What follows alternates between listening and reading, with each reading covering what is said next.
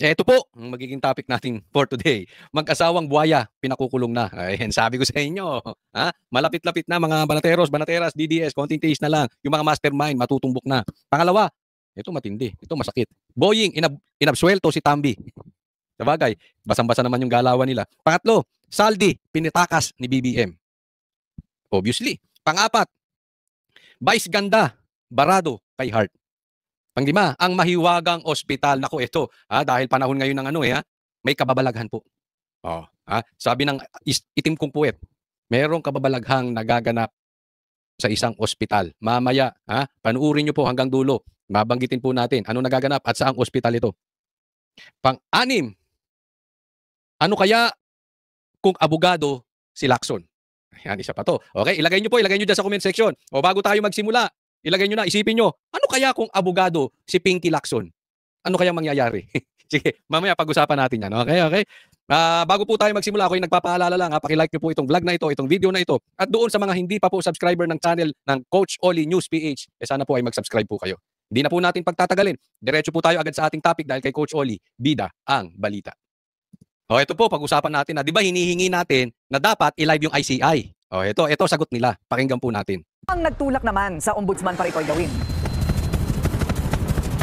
Huli na pinag-aaralan ng Office of the Ombudsman ang posibilidad na i-livestream ang preliminary investigations ng tanggapan, lalo na kaugnay sa flood control scandal. Bahagi raw ito ng kanilang transparency efforts. Paliwanag ni Ombudsman Jesus Crispin Remulla. We're looking at the design where the PIs can also be viewed live. Kung pwede i-livestream na, pati preliminary investigation. Animal! Isipin ninyo, ang pinagla-live natin ng live streaming, yung investigasyon ng ICI. Ang sinong gusto mag-live? Si Boying, anak ng teteng Boying, talaga ng mga anak. Para katagalang bakla eh. Ang hilig na ito, rumampa, no? Ito si Mr. Presscon. Ito ang ombudsman na napakahilig sa Presscon. Ito rin ang ombudsman na gusto mag-live. Hoy!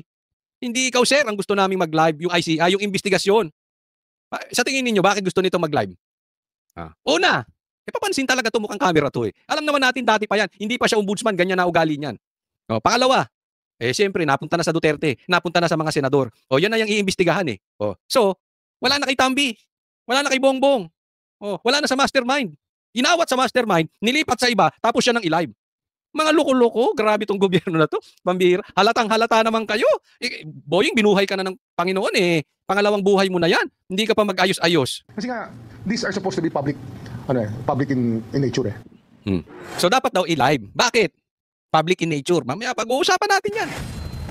Kaugnay nito, isa sa publiko na rin daw ng Office of the Ombudsman ang mga desisyon sa 2016 at 2019 dismissal order laban kay Senator Joel Villanueva. Mainit talaga to kay Joel Villanueva. Alam mo talaga to si Boying, pag pinag-initan na ito, ganun talaga. Kahit nagkagulo-gulo na sa labas. Halimbawa, pinag-initan na ito si Bantag, si Tebes, si PRRD. Ngayon naman, si Villanueva, pambihira. Ang usapan, yung nakawan ngayon, yung ghost projects. Yan ang gusto nating makitang live. Anong gusto nito i-live si Joel? Pambihira, senador. Ang daming nagnakaw, ang pinagtuturo galing sa Congress, ang gusto mong imbestigahan yung senador. Di ba? Ay, pambihira. Ito itong nangyayari sa Pilipinas, hindi na po ito yung katarantaduhan na itinatago at nabubuking. Ito hindi. Wala na silang pakialam. Kahit mali, gagawin nila basta kaya nila. Wala na pong hiya. Walang hiya-hiyad ngayon. Diba? Anong usapin nyo? This is public in nature. Akala ko ba, ang sabi ng ICI, wag natin i-live. Bakit? Magiging trial by publicity. Yun, public in nature yun. Nakawan sa ghost projects. Nakawan. Nakawan. Hindi milyon, hindi bilyon, trilyon ang ninanakaw. Ayaw i-live. Obviously, that is public in nature. Dahil magiging trial by publicity. Pagdating sa iyo, sa PI, hindi trial by publicity, talagang niloloko nyo taong bayan. Kayong magkakakampi dyan sa gobyerno, talagang niloloko nyo kami. Ano ba talaga? Trial by publicity o hindi? Meron bang investigasyon ng ombudsman na ni-live? Kakaiba talaga itong to. Yung need niya na para mapansin at iligaw. Grabe. Grabihan. Kung may nakilala tayong politikong grabihan, ito. Hindi talaga papaiwan itong si Boying. Na nauna ng tinawag ni Remulla bilang surprise secret decision para raw matundok. May pangalan pa parang si Voltes pa pag kukuha ng sword. Nakakaalala yung mga kaedad ko. Oo. Surprise secret decision. Ano pinagkaiba niyan sa Bendalo? Na ang mga haka-haka at usapin tungkol sa issue. It's public property, these are already decisions that are presumed to be valid. Mga desisyon sa criminal at administrative charges ang ilalabas ng Ombudsman ayon kay Rimulya. Sa usapin naman ng flood control scandal, formal nang inihain ng ICI ang kanilang recommendation of charges dito sa Ombudsman. Isa pang supot tong ICI na to, pambira. Sabi ko, bigyan natin sila ng chance. Kasi sabi ni Magalo mismo, matitino itong mga napili. Hindi nila dudungisan yung kanilang pagkatao. Kaya ayaw nilang i-live. Pambihira, ang gustong paimbestigahan si Jinggoy, si Villanueva, tapos si Saldi, tsaka si Tambi wala. Ito hindi ko pinagtatanggol yung mga yon. Pero ang linaw-linaw ng stand natin. Pumunta tayo sa mastermind. Isupot din tong mga to. Gibain nyo na yung ICI na wala kayong kwenta. Sa totoo lang, ano ba ang purpose nyo? Protektahan ng mastermind? O talagang masolusyonan at makuha ang mastermind? Hindi nga, anong silbi nyo dyan? Para kayong mga inutil. Anong naitutulong nyo sa Pilipinas? Ang ihahain nyo kayong kay Joel Villanueva. Sige, sa tingin ninyo kahit ikulong nyo, ibitay nyo si Joel Villanueva, hihinto yung nakawan? Pambihira itong Marcos, yung mga pinagpipili mong tao, wala talaga. Sa bagay, maana sa'yo. Ani Rimulya, bukas sila sa mga rekomendasyon ng ICI, kaya pwede na nila itong pag-aralan at itinuturing na rin nilang ripe for action. It means that most of the fact-finding has been done already by the ICI, or sometimes the fact-finding was done by the DOJ. Na naman tayo sa fact-finding ng ICI tapos ng DOJ. So sa fact-finding nyo, hindi kasama si Tambi. Inutil. Fact-finding? Naghahanap ba kayo ng facts? O fact-hiding ang ginagawa ninyo? Mga pack kayo. Anong pack sinasabi ninyo? Tinatago nyo yung facts? Ang linaw-linaw tinuturo ng karamihan si Tambi And which makes the facts already vetted or validated already by the... Ito na naman siya, nagde-decide na naman siya ng pangano niya. Parang yung ginawa niya rin, ganyan din ginawa niya. Hinusgahan niya na si Bantag, hinusgahan niya si Tebes, hinusgahan niya si PRRD. Siya na ang pulis, siya pa ang judge, siya pa ang ombudsman, siya pa ang DOJ. Ikaw na lahat, ikaw na kaya presidente. Parang ikaw ang presidente the respective offices. Inaasahan din ng Ombudsman makakapagsampa na sila ng mga kaso sa Sandigan Bayan ngayong November 25. Kaugnay ang 6 na anomalous... Hindi, wag mo nang sampa sa Sandigan Bayan. Mag-apply ka na rin, ikaw na Sandigan Bayan. Gusto mo, ikaw na rin ang Supreme Court Chief Justice. Ikaw na lahat. Gusto mo maging bagman, ikaw na rin ang bagman.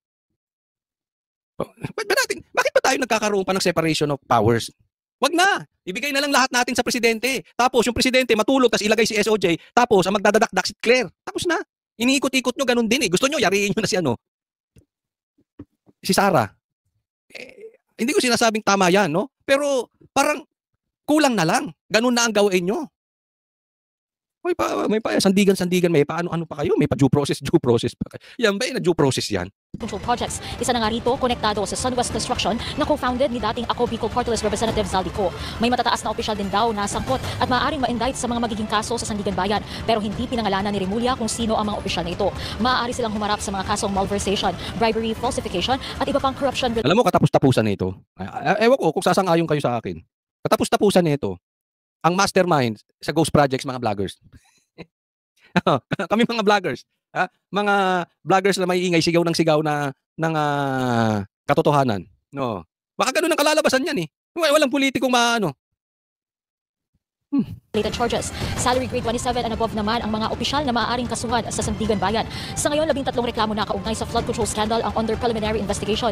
Ang mga nasabing reklamo ay inihain ng DPWH at COA at kabilang sa mga sangkot dito ang government contractors na sina Sara at Curly Descaya, Wawaw Builders at Sims Construction Trading. Mayroon na rin initial reports ang Ombudsman patungkol naman sa 421 flood control projects. Ako suggestion ko lang huwag nyo na patagalin. Pinatatagal nyo pa Isangkot nyo na si Baste, si Pulong at saka si Sara sa Ghost Projects. Ituro nyo na ang mastermind dyan si PRRD. Tapos yung tatlo niyang anak ang pinakamalaking proyekto sa buong Pilipinas. Sa katunayan, may proyekto rin sila sa China at sa Amerika na Ghost Projects. Huwag nyo nang pagtagalin nang matapos na ito. Nang makahiwalay namin Danao. Ang dami nyo pang drama Ito, tingnan po natin itong susunod. Ito, nakita ko sa Arclight Pinost nila ito. News update. Ombudsman Rimulya. Sabi niya, walang matibay na ebidensya upang kasuhan ng plunder si Romualdez. Yan ang ombudsman natin na gustong mag-live. Tingnan mo, yung ICI, nag-imbestiga ng pasikreto. Umattend si Tambi. Biglang nagkasakit, magpapagamot daw sa ibang bansa. Nagpapaalam, aalis ng ibang bansa. Tapos, ang report ng ICI, ang iimbestigahan, si Jinggoy at si Joel Villanueva, na gusto namang i-live ni Boying na inabsuelto si Tambi. Mas malinaw pa. Mas maliwanag pa sa sikat ng araw yung nangyayari ngayon. Di ba? Ngayon ako naniniwala na mastermind talaga to si Tambi. Bakit? Daming pera.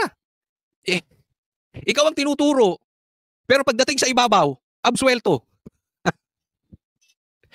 Pinaiikot nyo, walang matibay na ebidensya eh. Sasabihin nyo, sa ngayon wala pang matibay. Ganun na rin yun. Pag pinag-isipan ni Boying, tatandaan nyo yan lagi, pinag-iisipan, titingnan, ganito, ganyan, posibleng mangyari, nangyayari. Kung si Bongbong Marcos, ang sinasabi kabaligtaran, ito si Boying, pag nagsabi, mag-a-apply siya ombudsman, natuloy. Siya nga. Ganyan din yan. Absuelto rin ang kalalabasan yan si Tambi. Tingnan nyo kung paano natin tayo pinaikot-ikot ditong mga to. Anong investigasyon mangyayari? Kaya ang mga Pilipino, nag-aalisa ng mga investor. Yung stocks natin bumabagsak. Yung dolyar natin pataas ng pataas. Mga negosyante nagsisiurong na, nagsisialisan na. Bakit? Kitang-kita nila yung gobyerno, hindi seryoso lutasin yung problema ng ghost projects. Hindi seryoso yung gobyerno lutasin yung korupsyon. Ang gobyerno gustong pagtakpan ang mastermind. Ang lakas kitang-kita mo. Diyan pa lang is napakalaking halimbawa na mastermind nga ito. Despite na itinuturo na siya, biglang absuelto, walang matibay na ebidensya. Tapos gustong imbestigahan si Villanueva, yun may matibay na dinismiss yung kaso. Ulitin ko, hindi ko po pinagtatanggol si Villanueva. Ang sa akin lang, kung gusto nyong ibitay si Villanueva at may mapatunayan na talagang may kasalanan dahil siya, ikulong nyo. Pero ba't tayo na-focus doon? Against po kasi ako sa diversion. Doon tayo sa mastermind, ba't napunta tayo kay Villanueva? Na na-dismiss. Tapos si Tambi, aalis ng ibang bansa. Anong sabi ni Guanzo? Tangay ang pera natin, hindi na babalik yan. Maayos ang buhay doon. Talagang sinakop tayo ng kadiliman, Boying. Itong Pilipinas talagang pinangungunahan ng dilim. Di ba? Diyan pa lang kita mo na. Sindikato, mastermind na mastermind ng galawan. Untouchable. Ang daming pera. Nako. Next po, tingnan natin to. Ito yung sinasabi ko, pag-usapan na natin, pambihira, Dalawang senador ang kasama sa nirekomendang kasuhan ng kasong kriminal at administratibo ng ombudsman, sina Senador Jinggoy Estrada at Joel Villanueva para sa kasong plunder, graft, direct o indirect bribery at corruption of public officials. Kasama rin ang nagbitiw ng kongresistang si Saldico na dating chairman ng House Appropriations Committee. Diba? Supot tong ICI na to. Wag na nga, gibahin nyo na yan. Sa tingin nyo may maniniwala pa diyang Pilipino? Ang maniniwala na lang ngayon sa ICI yung kulay na pinklawan na kumakain ng tae ni Bongbong. Wala nang maniniwala dyan. Ang aligasyon ng Independent Commission for Infrastructure o ICI, nakipagsabuatan sila sa grupo ni dating DPWH Engineer Henry Alcantara para magbulsa ng pera galing sa national budget gamit ang mga infrastructure projects kasabwat ang mga kontraktor. No one will be spared in this fight against corruption. Politicians... No one will be spared. Tapos si Tambi, wala. Anak ko, pambihira ka. Ayusin mo yung buhay mo, Yung buhok mo, ayusin mo. Ang gulo-gulo mo, ang layo mo na sa... Kasing gulo ng buhok mo. Yung mga statement mo, sir. And government officials will be investigated and charged by credible evidence. Those found responsible will face the consequences and held accountable under the rule of law. Ang mga inirekomendang kaso ng ICI base sa mga testimony. Kulang na lang ay turo ng ICI na mastermind ng Ghost Project, si Banat Bay. Pinagmalaki pa yan na naging trabaho nyo. Ghost Projects, corruption, Joel Villanueva, Jinggoy, wow. Niya ni dating Bulacan First District Engineer Henry Alcantara at mga assistant engineer na sina Bryce Hernandez at JP Mendoza tungkol sa mga manumalyang flood control projects sa Bulacan. Ayon sa ICI, kinausap daw ni Estrada si Alcantara at sinabing may 355 million pesos siya na alokasyon para sa mga flood control projects. Sa isang pahayag, sinabi ni Estrada na wala siyang tinanggap na anumang pondong nakalaan para sa flood control projects at kaya daw niya itong patunayan sa hukom. Ito hindi ko pinagtatanggol si Jinggoy ulit Alam niyo to sa matagal lang nanonood sa akin, binabanatan ko to. Okay, patas lang tayo. But this time, kung sakali mang may kalokohan si Jinggoy, kung ikukumpara mo to kay Tambi, bubuwit. Kung gusto nyo paimbestigahan sa ombudsman at pinasa ng ICI sa ombudsman, si Jinggoy, dapat kasama si Tambi. So, ibig sabihin, malinis si Tambi. So, yung pera, minanipula ni Jinggoy. Ginamit si Saldi. Pambira na hindi alam ni Tambi. Ano ba naman yan?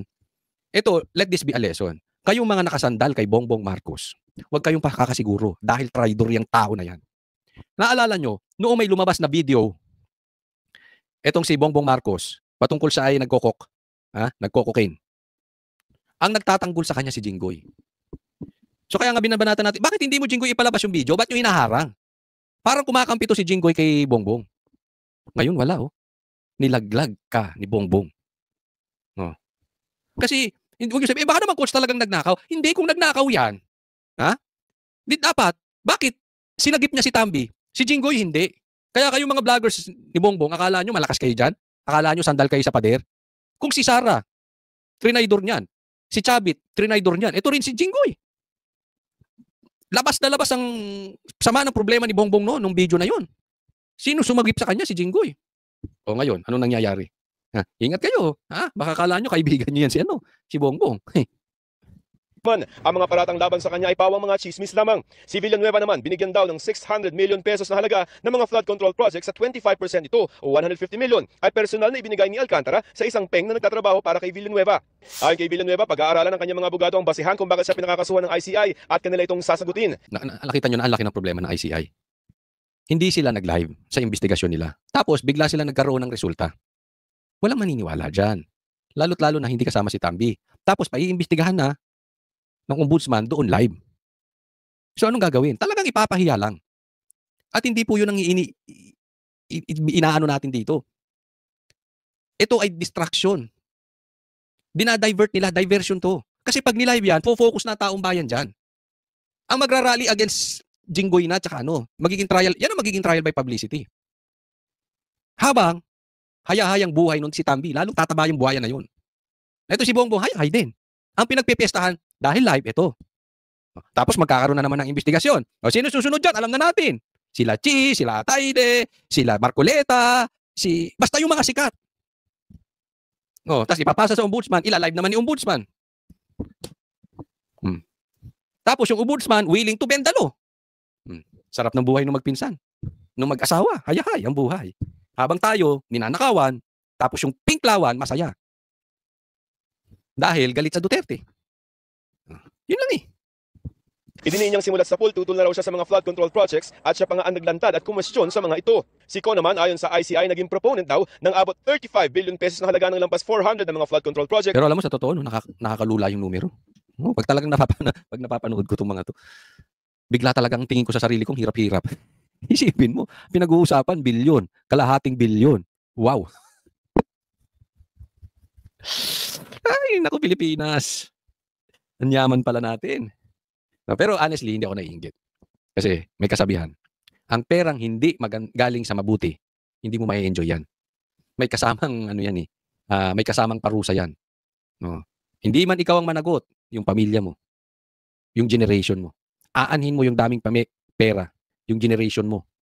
Sira. Diba? No. Kaya hindi rin ako naiinggit. Tingnan nyo ano nangyari kay Bongbong. Diba? Sa Bulacan mula 2022 hanggang 2025 galing sa mga inilistang proyekto ni Alcantara. Ayon kay Alcantara, humingi si Ko ng 20% hanggang 25% na binabayaran ng mga contractors ng advance.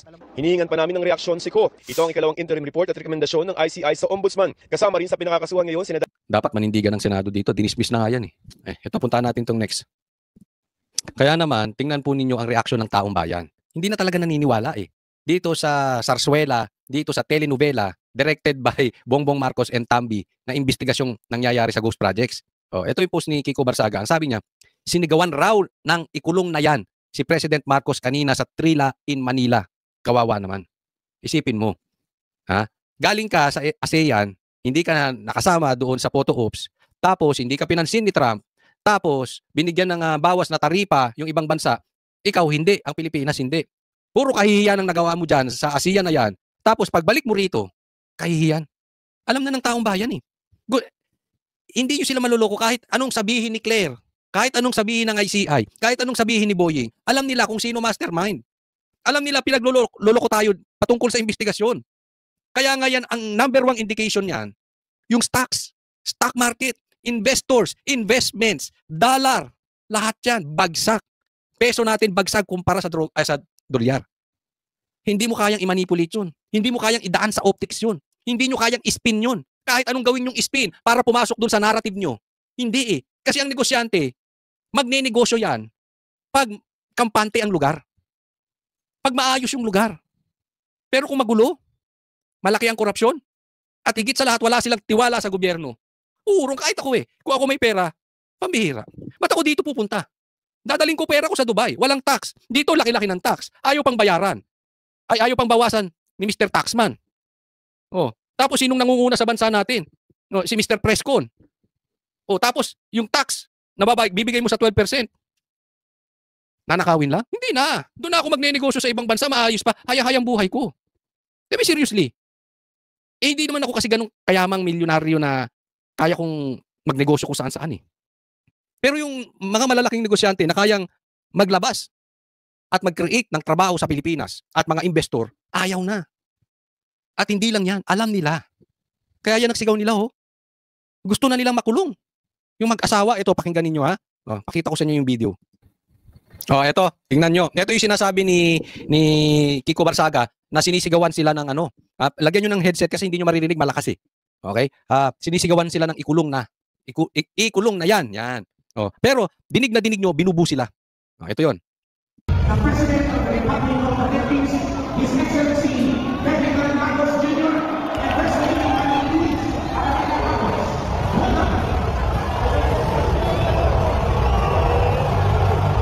Tingnan nyo, nakita nyo, puro bu, di ba? Naririnig nyo? At saka, maririnig nyo yung sounds, pagka-announce sa kanila, NR yung taong bayan, yung mga nanonood. Imagine niyo ang i-announce dyan si PRRD. Ay, nako. Magkakagulo dyan. Oh, please welcome, PRRD. Talagang sigawan dyan eh, hindi mo maririnig yung tugtog. Anong ginawa nila dito? Hindi nila pinatay yung tugtog. Kasi maririnig mabuti yung bu at saka yung ikulong na yan. Pero napapansin nyo, kahit si Sara kung saan magpunta eh, kahit may background music, maririnig nyo, Duterte, Duterte. Ito wala. May narinig ba kayo? Bongbong Marcos. Baka yun ang narinig. Ikulong na yan. O baka bangag. Wala di ba? Asa na yung sigaw? Marcos, Marcos, Marcos pa rin. Naalala ko yun. Yan ang ano nila eh. Kasi nung panahon na yun, yung 1986, pupunta na kami sa rally, nakikinig ako yan. Yung sigaw, nagkakasulubog yung mga madilawan tsaka yan. No, diktador, diktador, bag nanakaw, sigaw ng mga dilaw. Diktador. Ngayon, kinakain yung tayo ni Bongbong. No, anong sigaw naman ng mga loyalista? Marcos, Marcos, Marcos pa rin. Wala.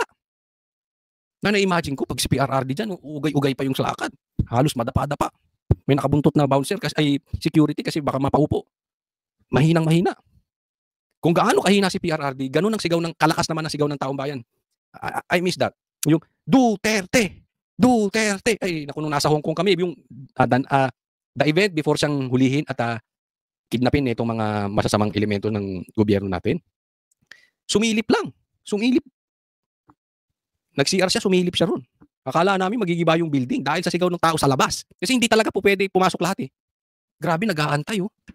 Ang lakas ng sigaw ng Duterte. Ito wala oh. Sige, pakinggan nyo kung merong Marcos pa rin. Bunga ang sinasabi. Oh.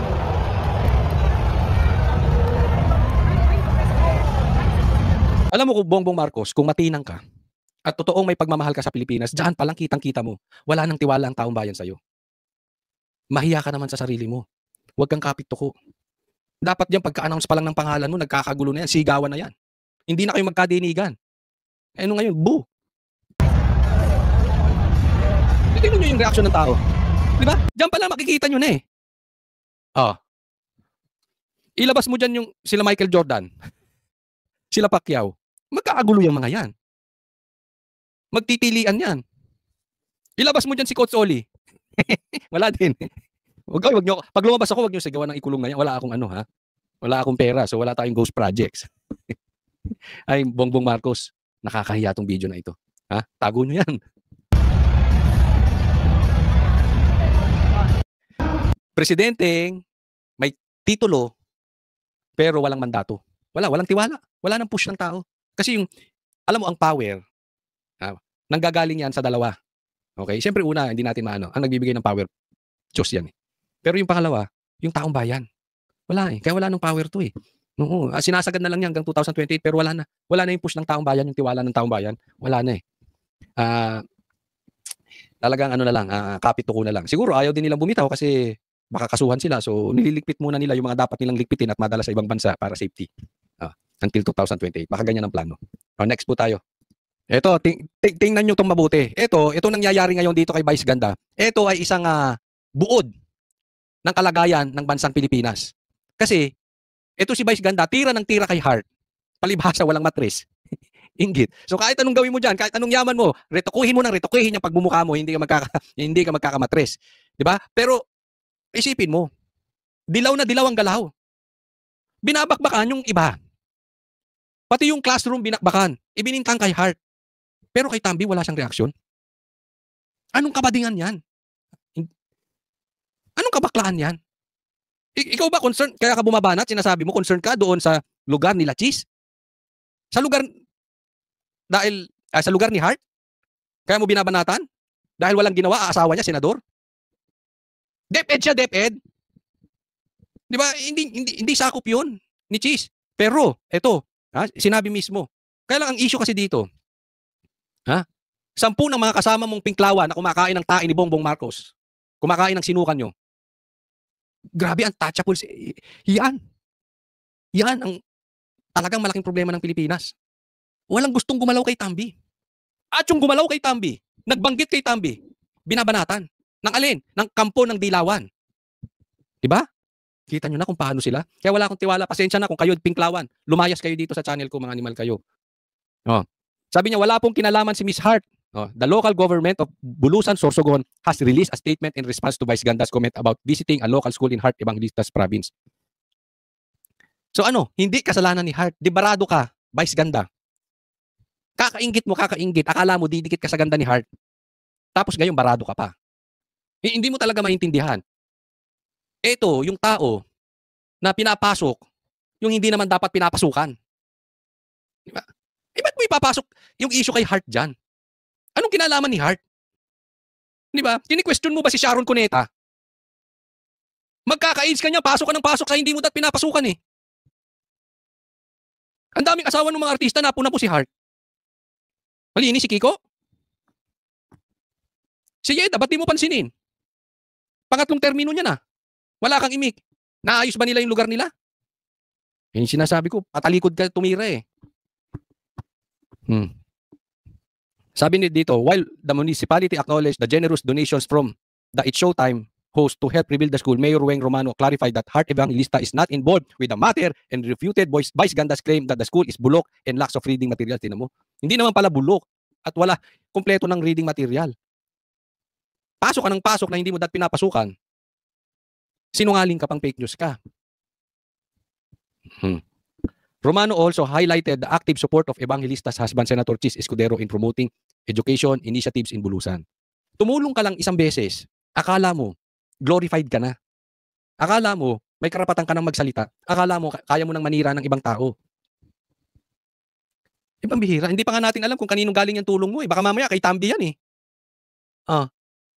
Huwag ka napunta-punta ron. Hindi, ako hamon ko lang sa'yo. Huwag ka double standard. Silipin mo si Yeda. Kaya mo? Ba't di mo silipin si Lisa? Isilipin mo Ilocos Norte. Kala mo maayos Ilocos Norte? Gusto mo tinitira yung magaganda pero yung mukhang penguin, di mo kaya. Tignan mo itong to, bakla na to. Sige, next po.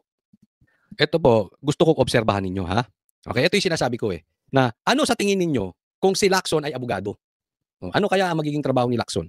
Kaya ilagay nyo. Pero obserbahan ninyo ha. Itong tanungan ni Llamas.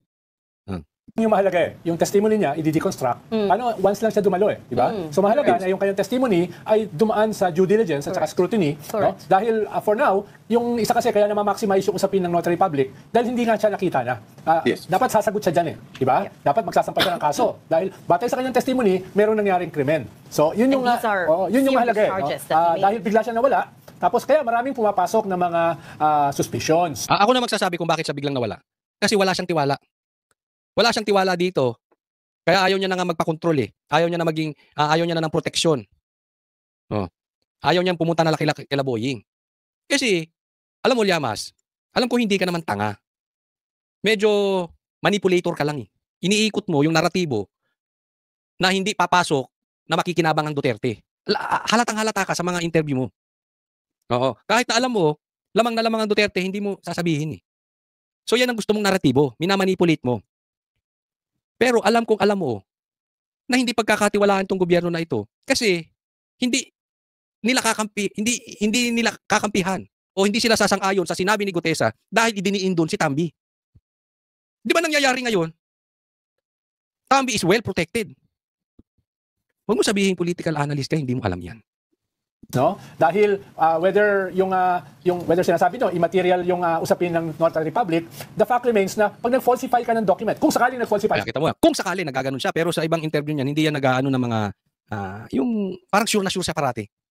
siya, ganyan, pwede kang, di ba kaso yan? Alam niyo na, abogado kayo, Kong, di ba? Ako na sasagot, ito issue niya.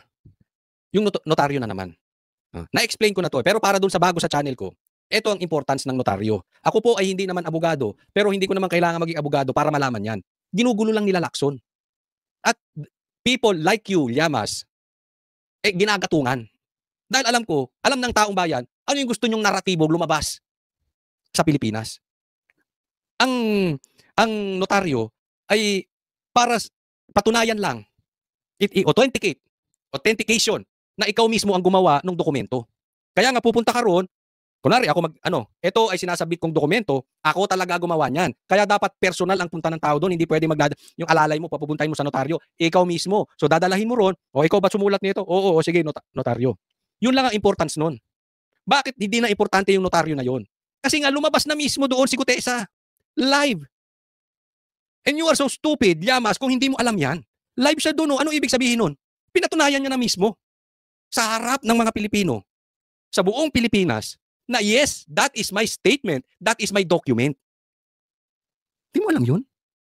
Hello? Di ba dati kang spokesperson? Tama ba? Di mo alam yun?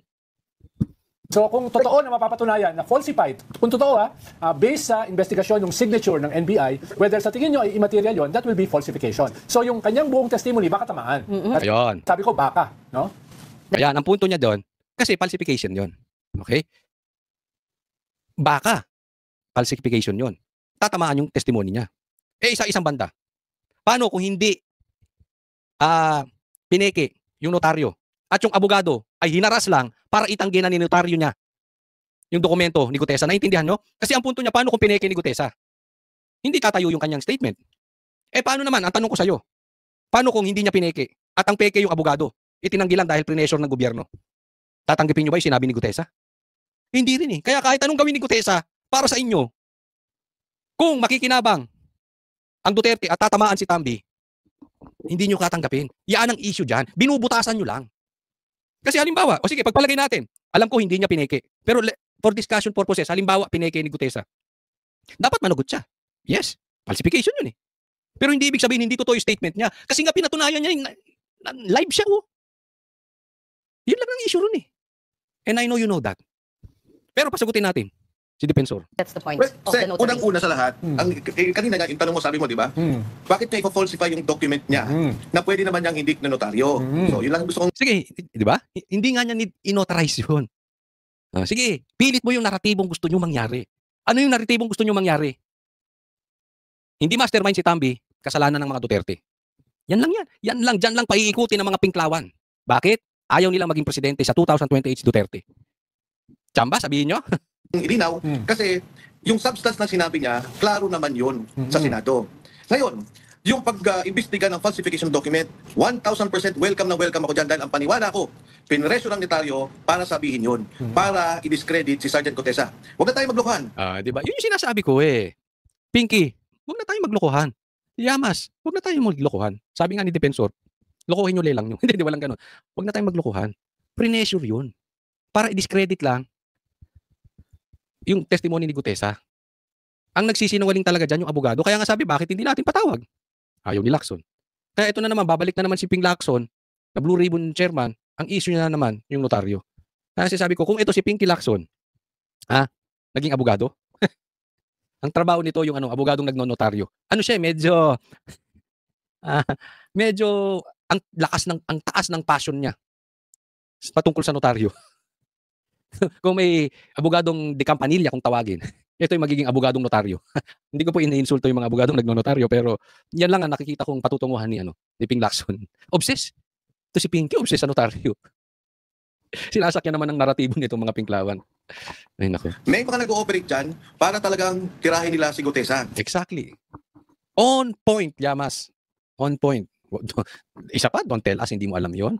Pero makikita nila in the end, at maganda nga yung imbestigahan nila, na hindi si Gutesa ang nagsisinungaling at totoo lahat yung nandun sa kanyang affidavit. Simpleng journal of entry, nandun yun yung stamp. Alam mo, natutuwa ako dito kay Gutesa, nagsasalita. Kailan pa kayo magsasalita yung ibang uniform men natin patungkol sa nakawan sa Pilipinas? Kaya ako ay nagtatanong lang. Hindi ko po kayo sinasabihang mag-aklas. Pero kailan kayo magsasalita? Sa bagay, May pension nga naman kayo.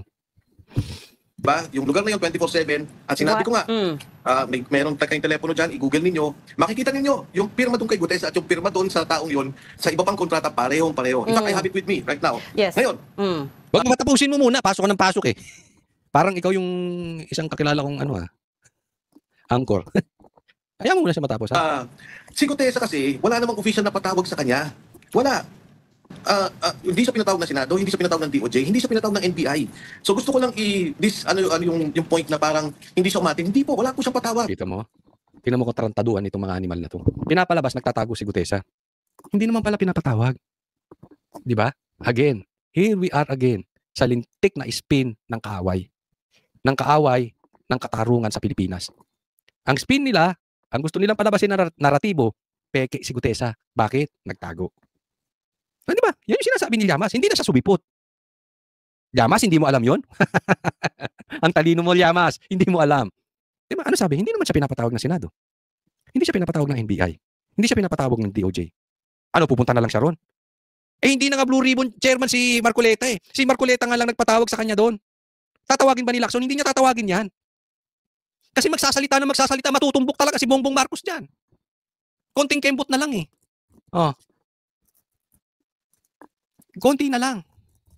Mag-overspill na. Ay magsi-spill over na kay Bongbong. Doon na patungo yan eh. After Tambi, Bongbong na eh. Yung sabihin si Sara na naman. Kinukuripot nyo nga yung Office of the Vice President. Pati nga yung DepEd niya dati na sekretary, kinuripot nyo eh. Ito pang ghost projects. Hindi. Sasakmali ng mga buhaya yan. So ngayon, maliwanag na. Ganyan kayo manira. Ba't di nyo patawag? Kaya alam mo, itong Senado, nagkaloko-loko na, nagkaleche-leche ang Senado simula nang naupo yang si Tuta Soto. Ang ayos-ayos nung si Chisang Senate President, ang ayos-ayos nung si Marcoleta ang nasa Blue Ribbon. Tapos ngayon, ang gulo-gulo nyo. Pro-buhaya kayo eh. Next po. Ito, pag-usapan natin dahil talaga mayroong kumakalat na kababalaghan sa isang ospital. Pasok. Sa isang pahayag, kinumpirma ng Philippine Air Force na sa kanila ang B-412CUH helicopter na lumapag sa helipad ng St. Luke's Medical Center, BGC Taguig, ngayong October 29, 2025. Pero paglilinaw ng Philippine Air Force, bahagi lang daw ito ng naka-schedule na training exercise ng Armed Forces of the Philippines. Ani Basco, ang drill ay sa ilalim ng pangasiwa ng 205th Tactical Helicopter Wing. Ito ang usapin, ang dito. Kasi nabuking sila na yung isang eroplano, isang helicopter, itong chopper, lumapag dito sa St. Luke's. Dahil ito daw, ang palusot nila, ito ay training. May nagaganap na training. Di ba? Pasimplihin natin. So, ang sabi, balik-balik daw yung chopper. So, ginawa nilang praktisan yung ospital.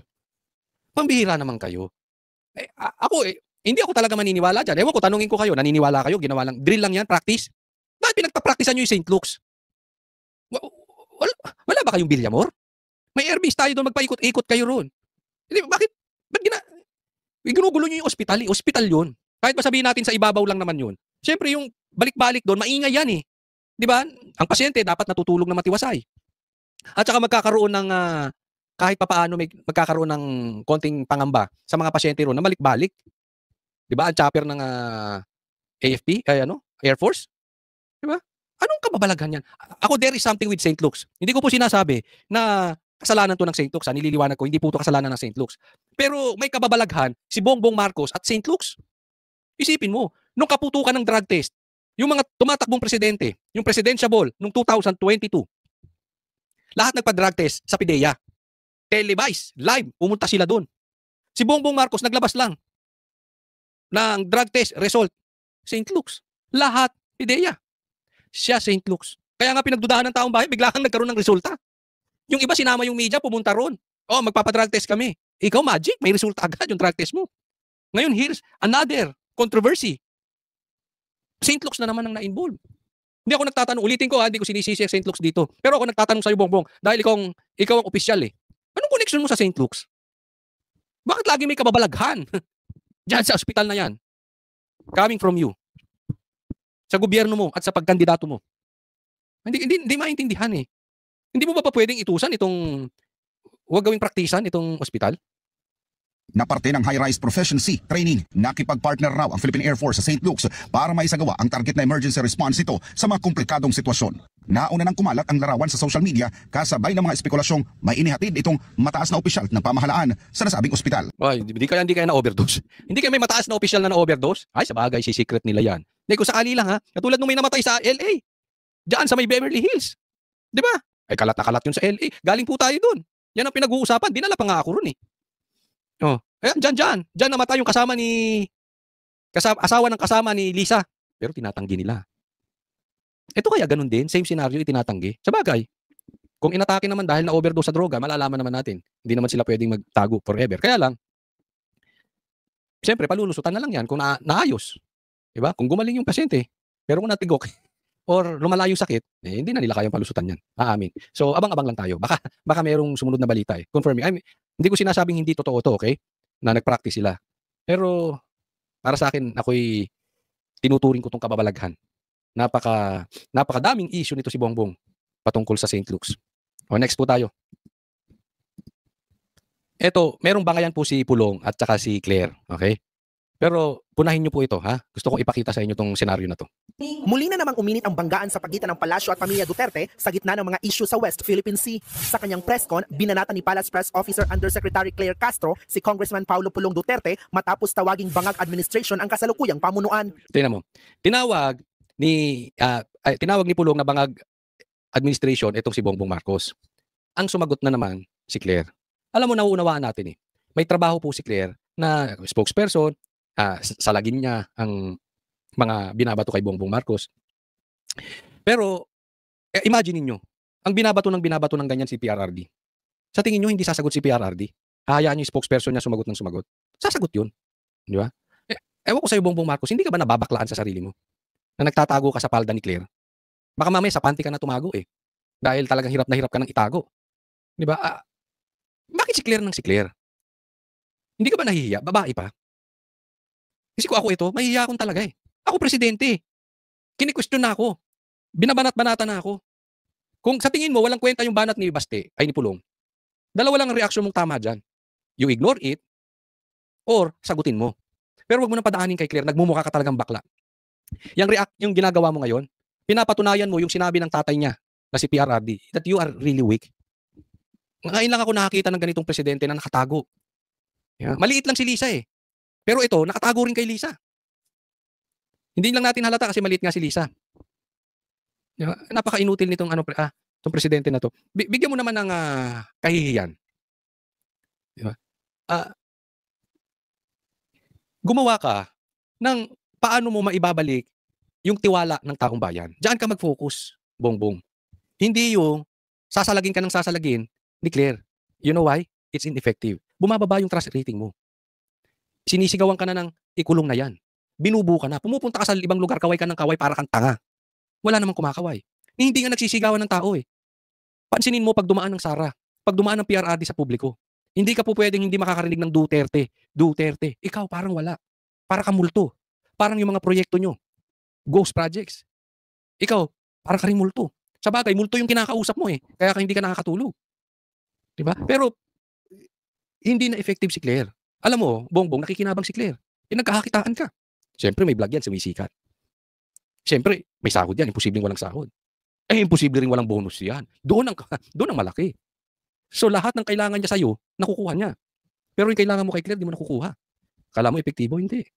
Huwag kang papaloko. Ingat-ingat ka. Okay, maraming salamat po. Huwag pong kakalimutan na doon sa mga hindi pa po subscriber ng channel na ito. Napaka-importante po sa atin nun. Subscribe po kayo. At sana, mapanood nyo lagi ang mga vlogs ko simula hanggang sa huli. At importante rin yung like. So maraming salamat po sa mga tao, mga manunood na patuloy pong sumusubaybay sa mga videos ni Coach Oli o Coach Oli dito sa channel ng Coach Oli News PH. Maraming salamat po. God bless everyone.